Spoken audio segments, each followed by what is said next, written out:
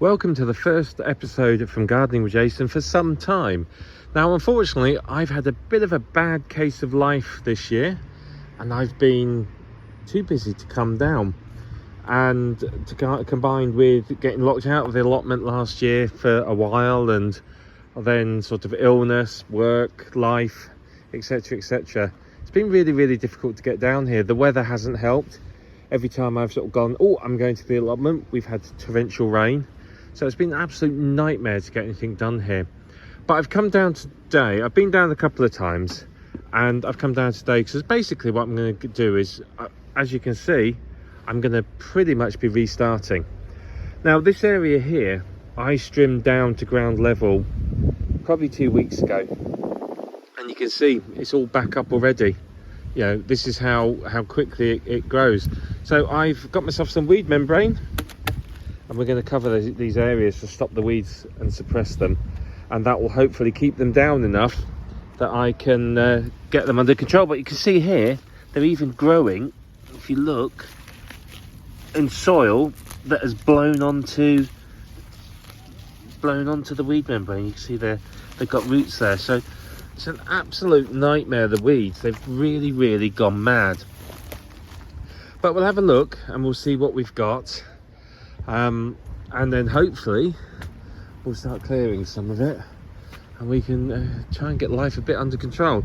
Now you can see the apple tree's got quite a lot of apples on, and despite all the rain there are quite a lot on the floor, but we have had quite a lot of wind as well. So realistically that's not that surprising.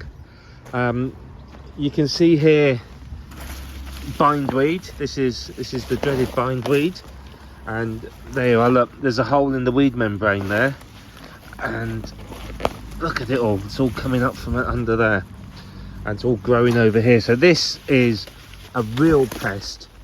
You've got to get the roots out from bindweed because it grows and grows and grows, and it'll grow back from even the smallest piece of root.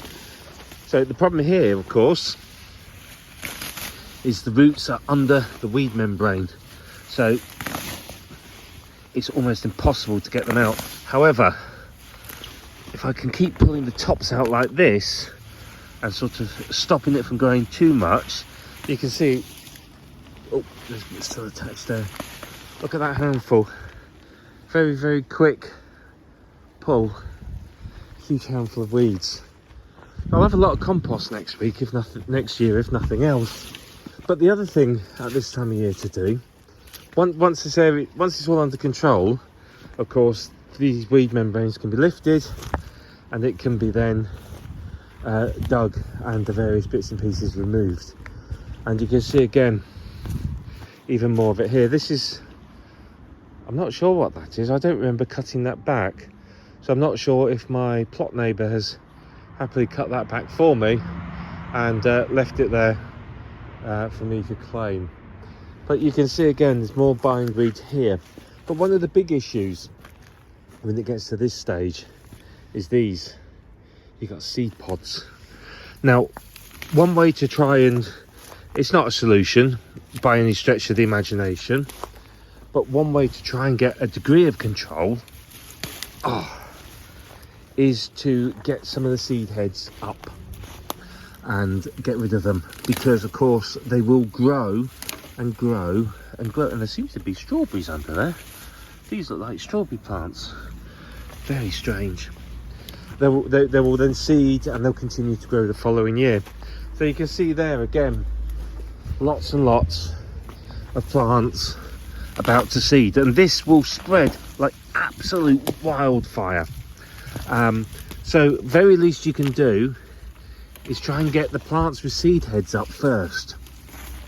If you get those up, then obviously you can help try and prevent the spread. It's not going to solve the problem, let's be brutally honest here, and it's not going to fix it, but it does help reduce it slightly. And you can see there's so many of them, they come up so quickly.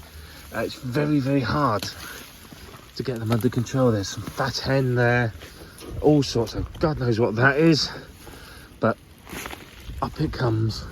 The other thing to do, of course, the other thing to consider when you've got an allotment that's out of control, particularly if you're under risk of an inspection, and somebody telling you off.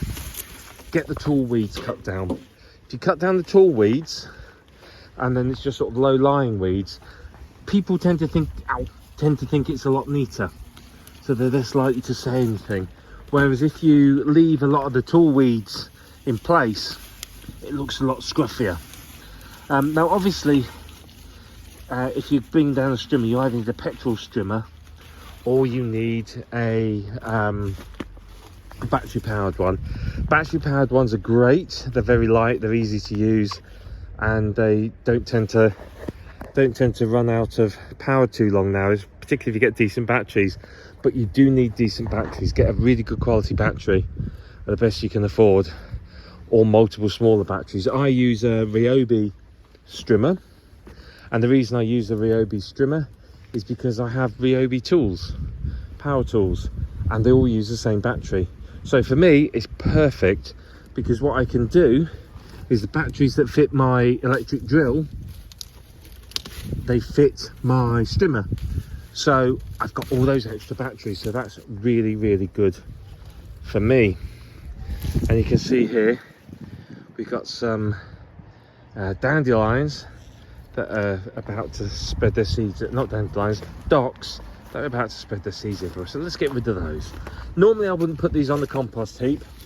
Normally anything that's sort of threatening to seed, I would put in a bag and get rid of. If you've got bags, go for it. To be honest with you, I'm not likely to be using this compost for a year or possibly a couple of years. And there, I've managed to injure my finger on a thorn already. But I'm not going to use it for a few years, so the chances are it's going to break down, but it'll still be there, so that is a risk. But because this is so out of control, I'm going to have to put them on the compost heap. I haven't got enough plastic bags, and I haven't got enough space to keep the plastic bags. So all of it is going to go on the compost pile this time. Now let's have a look what we've got growing, because I can see several things around. We've got plums, and let me just get that leaf out of the way. I can see actually quite a lot of plums. There's a much better crop than last year, but look, can you see they're all split? There's a lot of them there. Here, there's some more up here. That one's split, and you can see them back there, they're split as well. Now why are they all split? They're split because of the weather we've had this year. We've had weather where we've had really inconsistent rain. We had a really hot time at the start of June. In fact, it was so hot it was uncomfortable being down the allotment. I came down and did some work then, and if you weren't gone by about lunchtime, you just melt. It was so uncomfortably hot. And then because we had all that and then we've had loads and loads of rain recently. We've had I think the last 2.5 weeks now, almost constant rain here. Today's the first day, well no, I tell a lie, it did rain for about 10 minutes earlier on today. Today's the first day for a long time where it's been mostly dry. So where you've had the dry period and then all the rain, what's happened is the fruits have swelled really quickly, and they've swelled faster than skin can keep up, which causes the cracking. You can still use them, don't panic, they're still usable. You might not want to eat them because they look funny, but you can certainly cook with them or something like that. Now the other thing we can notice, if we come around here, I think the birds have got to most of these now. I can't find any now. In fact, birds or a person have got to them all. I don't know, because all these have gone as well. But yeah, there's a few here. These are my blackcurrants this year. My blackcurrants are normally big and juicy, you know, about 3 times the size of that. You can see sort of comparison with my thumb there. They're really small. And again, the reason for this is because we had that really dry spell. So they haven't formed properly and haven't had a chance to swell up. The rain came too late in the time when they were pretty much ready. So unfortunately, these are not going to be any good this year. So most of them I'm just going to leave on the tree, leave on the bushes, and let the birds eat them. Same with the onions, unfortunately. Even though I did water them a few times, The onions have done disappointingly poorly. You can see sort of some at the base there. They haven't swelled up very well. These were planted in the autumn. They've not done well at all. So that's a real shame. It really is. But I think I did come down to look for some of the gooseberries. And if I come and have a look on this bush, which is getting covered by bindweed, again, there's no gooseberries left. And last time I was here, there was lots on there. So I have a horrible feeling either someone's thought, oh, abandoned allotment, I'm going to help myself, or the birds have been down and they've helped themselves. So I'm quite worried about the apple tree as well, because the fruit, I think, is quite small for this time of year. I'm normally picking this about September, so it's only got a couple of months to really sort of swell up. And last year these were sort of 5 inches across, these apples. So fingers crossed, we'll have a look and see what it does, you know.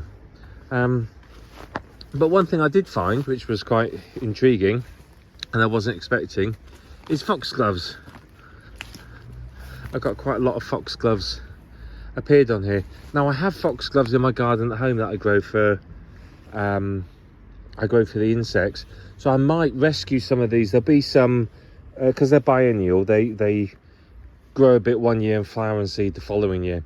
So what I might do is rescue some of these and plant them around the outside of the plot, just for the insects. And if I come carefully over here, you can see we've got some blackberries as well. Just in there, there's going to be quite a nice crop of blackberries. These are relatively young plants. I only planted them a couple of years ago. So I'm actually quite impressed with how well they've done. But looking at this gooseberry bush as well, there are absolutely no gooseberries left. So either the birds have had a field day, or like I said, someone's been along and helped me out. So you can see there's an awful lot to do, and it's going to be a bit of a challenge, but it's got to be done and it's got to be brought under control, because obviously it is an allotment, there is a waiting list, and there are people that will take it on. I think this year's been hard for many of us due to the weather. The weather has been really peculiar. But what I'm going to do is I'm going to start covering the ground here, get a load of this covered, and that will help hopefully bring it down and bring it under control. Once I've got a load of it covered, I'm going to start some autumn and winter veg at home. I've got my little plastic greenhouses at home, and what I'm going to do is I've got that bed there that's not very full at all now. I did fill that recently, but I'm going to fill these beds, and then I'm going to get winter veg in, some overwinter broad beans and things like that. So it is a lot of work, there is a lot to do, but it's going to be a good job, good challenge.